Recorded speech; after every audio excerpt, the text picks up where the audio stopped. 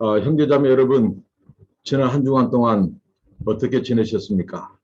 오늘은 거룩하고 복된 주의 날입니다. 우리가 주님을 찬양함으로써 시작하겠습니다.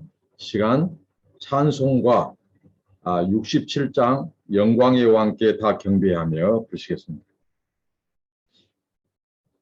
영광의 왕께 다 경배하며 그 크신 사랑 늘 찬송하라. 영원히 방패요도 산성이신 그 영광의 주를 다 찬송하라. 능력과 은혜 다 찬송하라.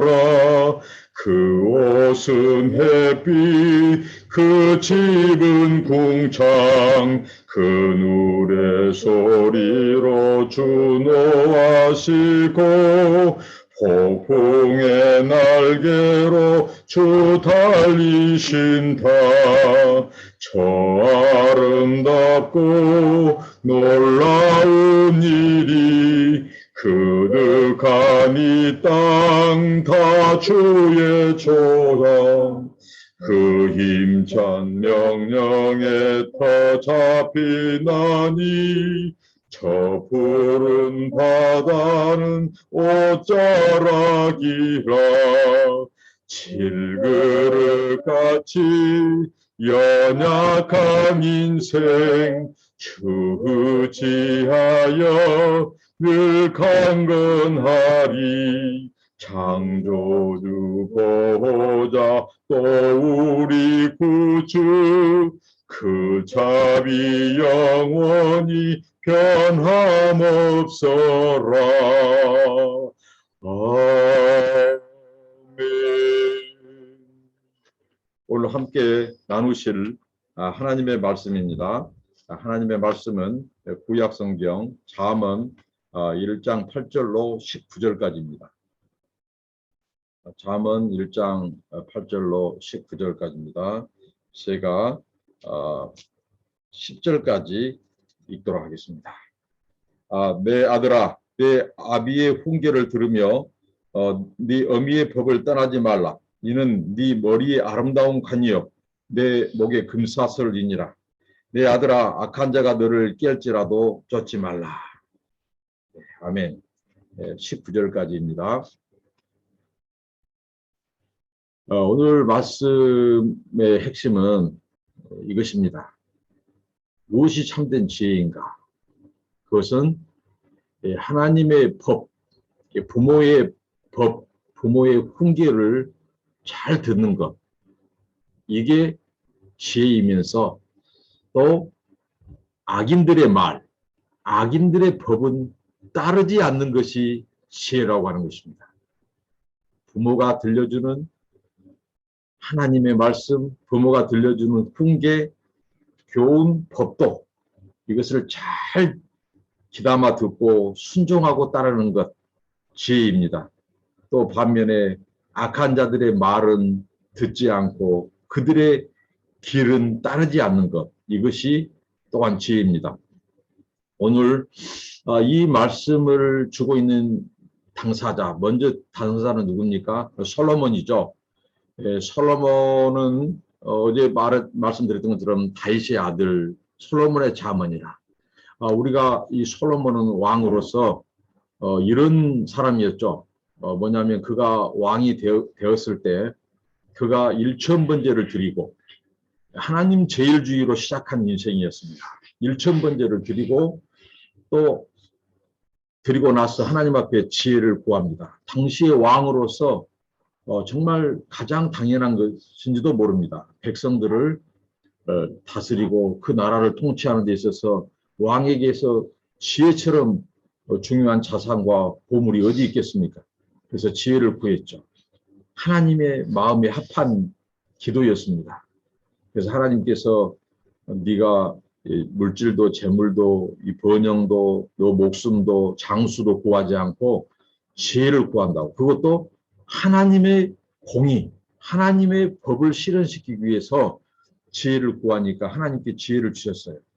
그 솔로몬은 바로 이 왕이 되고 잘 통치하고 다스렸습니다. 그런데 그 솔로몬이 주신 지혜, 그게 어떻게 작용했습니까? 솔로몬의 지혜를 배우기 위해서 고대 근동의 여러 나라들의 신하들과 왕의 사신들이 재물과 각국의 보화를 가지고 들어옵니다. 솔로몬에게 찾아옵니다. 그 지혜를 한 수 배우려고요. 성경의 스바 여왕이 대표적인 사절단이죠. 그들은 각국의 보화와 재물이 솔로몬에게 또 예루살렘으로 몰려듭니다. 그뿐만 아니라 두로와 시돈의 그 경제력, 풍부한 이 자원들, 통상의 기술, 이런 것들이 솔로몬에게 들어옵니다.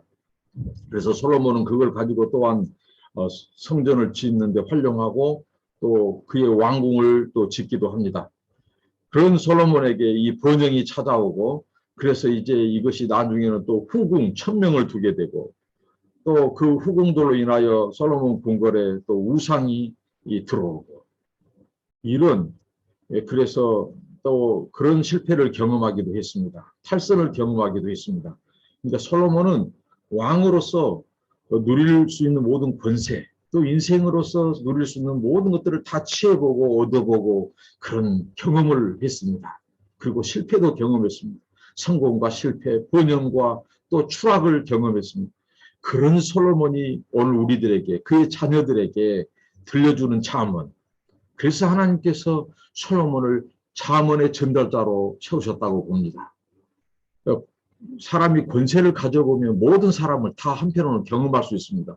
별 사람들이 솔로몬 주변에 다 있었을 것이고 찾아왔을 것입니다. 그가 들려주는 이 잠언, 오늘 이 부모를 얘기합니다. 부모, 내 아들아, 내 아비의 훈계, 내 어미의 법을 무시하지 말라, 멸시하지 말라. 그것은 뭐냐? 아름다운 관이다. 네 목에 금사슬이다. 이것은 은총의 관이고, 또 고대 근동의 이 금사슬이라고 하는 것은, 목에 금사슬이라고 하는 것은 바로 왕의 권세, 유엄, 명예, 이런 것들을 말해줍니다. 그러니까 진정으로 이 부모의 이 훈계와 부모의 법을 따르는 것은 바로 우리 인생에게 있어서 아름다운 관이고, 또 우리 인생에 참다운 명예와 또 권세를 가져다 주는 그런 말씀이라는 거죠. 그래서 귀 기울여라는 거죠. 이게 지금 창조 질서에서 아주 중요한 부분이죠. 창조 규례라고 하죠. 하나님께서 결혼, 가정, 또 우리에게 신성한 노동, 이런 것들은 다 창조 규례입니다. 이 법이 흔들리고 무너지면 다 무너집니다. 하나님께서 더군다나 또 인간이 하나님을 떠나고 죄를 지었을 때 그 가정은 최초로 이 다스리는 기관이죠. 그렇기 때문에 가정의 부모님을 통해서 하나님은 부모를 통해서 권위를 세워주고 자녀들에게 가장 기초적인 법도를 가르치도록 하고 탈선하지 못하도록 하고 훈계를 주고, 그러니까 부모는 하나님이 세우신 최초의 교육기관의 가장으로서 스승으로서 하나님의 지혜의 전달자, 하나님의 법도의 또 전달자이기도 합니다. 이 부모의 말에 순종하는 것이 지혜다, 이렇게 말합니다. 자, 오늘 부모를 통해서 주신 오늘 본문의 9절부터 19절까지의 말씀, 10절부터 19절까지 말씀의 핵심은 이겁니다. 악인을 도모하지 마라. 악인을 따르지 마라. 그런데 그 악인들의 특징은 이겁니다. 왜냐하면 그들은 쉽게 부를 모으려고 한다. 그리고 쉽게 버는 돈은 위험하다. 쉽게 버는 돈, 재물, 이런 불이한 재물, 이런 것들을 쫓지 마라, 따르지 말라. 이게 핵심입니다. 자, 그 악인들은 어떻게 특징이 있냐면요. 보통 우리가 악인들의 이 꾀, 도모, 유혹을 조심해야 된다는 거죠. 이게 뭐냐면, 이를테면 한 사람이 차라리 우리 눈에 보이게 폭력을 행사해서 내 것을 취해가고 빼앗아가면 그것이 오히려 더 괜찮을 수가 있어요.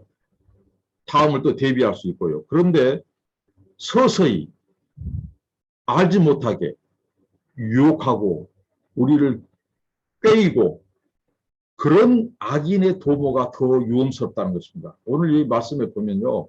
악인은 먼저 이렇게 접근합니다. 먼저 취할 대상, 자기의 이익을 취하고 자기의 뜻을 이루기 위하여 먼저 대상을 찾습니다. 함께할 대상을 찾습니다. 그들이 접근해서 꼬드기는 말로 유혹합니다. 그렇게 해서 사람을 꼬여요. 어떻게 하냐면요. 우리가 함께하자. 함께 가자. 우리가 함께 피 흘리자. 남의 것을 우리가 취하자. 쉽게 너 돈을 벌 수 있어. 너도 쉽게 성공할 수 있다. 그리고 네가 지금 무료하냐? 네 인생에 참다운 재미, 케미를 줄 수 있는 길이 있다. 너 지금 고독하지? 그러나 이제 더 이상 고독하지 않는 길. 사람들이 너에게 몰려올 거야. 네가 재물을 취한다면 네가 나를 따라서 함께 쉽게 돈을 벌 수 있는데 그 돈을 취하면 네가 재물을 얻기만 하면 너에게 사람도 온다. 명예도 얻을 수 있다. 그리고 우리가 같이 먹고 같이 마시자. 이게 11절, 12절, 13절, 14절의 이 말씀입니다. 이렇게 악인들은 사람을 꼬이고 유혹할 때 이렇게 접근한다는 것입니다. 큰 돈을 벌 수 있다.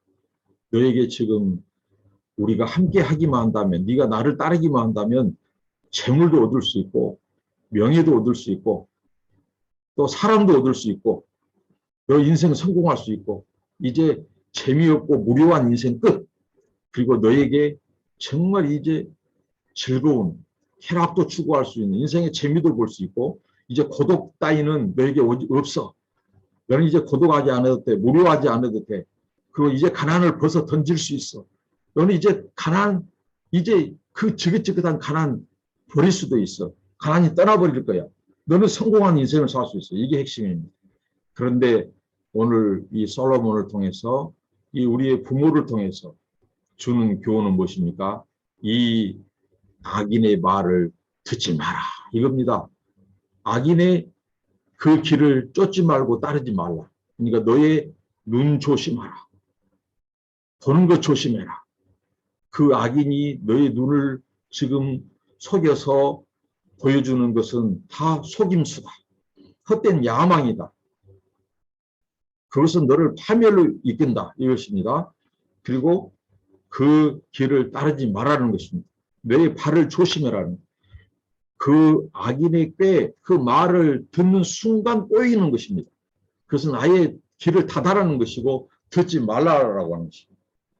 우리 사람들이 그럴싸한 말, 그런 성공주의를 부추기고 헛된 재물, 또 불이한 재물, 쉽게 버는 돈, 이런 것들이 유혹으로 왔을 때에 먼저 귀가 번쩍이죠.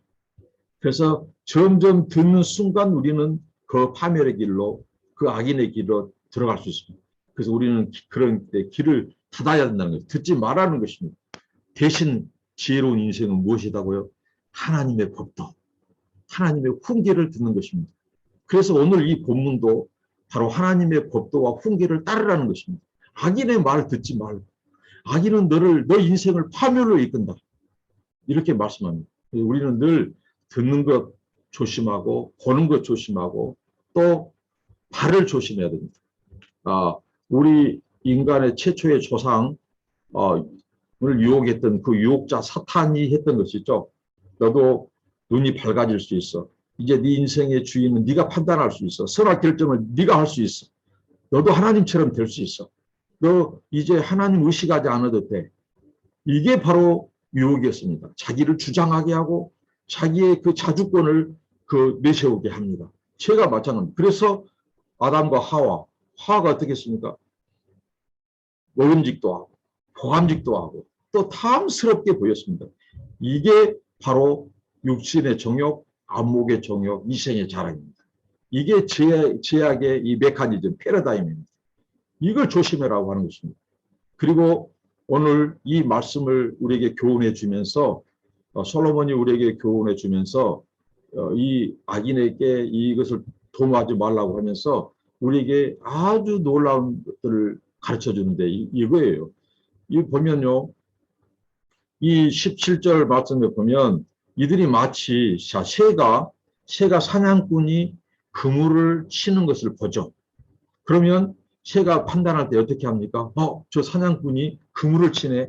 나를 잡기 위해서 은밀하게 모르게 가만히 그물을 치네 하고 그 새가 피하는 경우가 있습니까? 아닙니다. 새는 사냥꾼이 그물을 치는 것을 보고도 돌진합니다. 이게 어리석은 인생의 모습을 마치 새가 사냥꾼이 그물을 치는 것을 보고도 무모하게 달려들어서 걸려든 것처럼 악인의 꾀를 쫓고 그들의 길을 쫓아가는 그런 사람들이 결국은 어떻게 되냐. 사냥꾼의 올무에 걸리듯이 걸린다는 것입니다. 여러분, 마치 이 사탄, 유혹, 악인들은요, 죄인들은요, 마치 이렇게 우리 인생을 끌어가고 유혹하고 파멸의 길로 끌어갑니다. 어떻게 해요? 바로 사냥꾼이 몰래 가만히 그물을 치듯이 말입니다. 그래서 오늘 여기 보면 악인들의 특징, 죄인들의 특징을 묘사하는데 그들은 유혹을 가지고 너를 죄를 포장해서 성공주의로, 번영주의로, 물질주의로 포장해서 너를 꼬이는데 너를 파멸의 길로 끌고 가는데 가만히 엎드려서 이렇게 표현을 씁니다. 엎드린다는 표현. 은밀하게. 이게 바로 죄인들과 악인들의 특징입니다. 은밀하게 삼키자를 찾습니다. 이 사기칠 대상을 찾습니다. 악을 도모할 자를 찾습니다. 거기에 어떤 자가 걸려들을까요? 바로 그런 헛된 야망을 가지고 있는 자. 여러분, 사기는 누가 사기를 당할까요? 사기 성향이 있는 사람이 사기를 당할 확률이 큽니다. 그러니까 무엇이요? 헛된 물질, 쉽게 버는 돈, 일확천금 이런 것들을 생각한 사람들. 그런 사람들이 쉽게 사기꾼의 말, 악인의 말에 귀가 번쩍인다는 사실입니다. 그런데요, 소확행, 작은 것 감사, 누울 것과 먹을 것만 있는 것도 감사하는 사람들, 작은 것 감사하고 주신 것 감사하고 하나님이 주신 만큼 그 나에게 주신 은혜 풍긴 만큼 감사하고 그런 사람들은요, 이 사기 안 당합니다. 하나님의 법에 귀를 기울입니다. 그리고 하나님의 법도를 주야로 묵상하고 즐거워하는 자들입니다. 이들은 악인의 말을 다 걸러냅니다. 무엇이 악하고 잘못된 것인지 빗나가는 것인지를 걸러냅니다. 그게 지혜로운 인생이라는 사실입니다. 그리고 오늘 재밌는 결론은 바로 18절과 19절입니다. 뭐냐면요.